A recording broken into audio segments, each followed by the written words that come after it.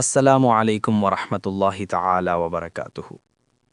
ناظرین محترم، اسلام صرف عبادات کا نام نہیں بلکہ یہ ایک مکمل ضابطۂ حیات ہے جو ہمیں اخلاق، عاجزی اور باہمی محبت کا درس دیتا ہے۔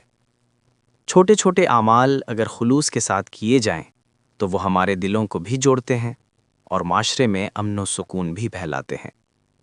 ایسا ہی ایک خوبصورت عمل سلام میں پہل کرنا ہے۔ حضرت عبداللہ رضی اللہ تعالی عنہ سے مروی ہے کہ حضور صلی اللہ تعالی علیہ وسلم نے فرمایا، سلام میں پہل کرنے والا غرور و تکبر سے پاک ہوتا ہے۔ ناظرین، سلام میں پہل کرنا محض الفاظ نہیں بلکہ دل کی عاجزی کی علامت ہے۔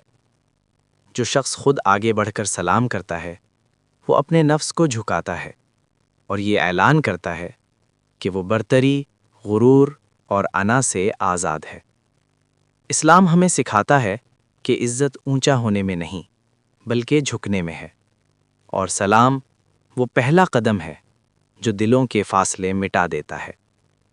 ناظرین محترم، آج ہی سے عزم کیجئے کہ جہاں بھی موقع ملے سلام میں پہل کریں، کیونکہ یہی سنت ہے، یہی عاجزی ہے اور یہی اسلام کی خوبصورتی ہے۔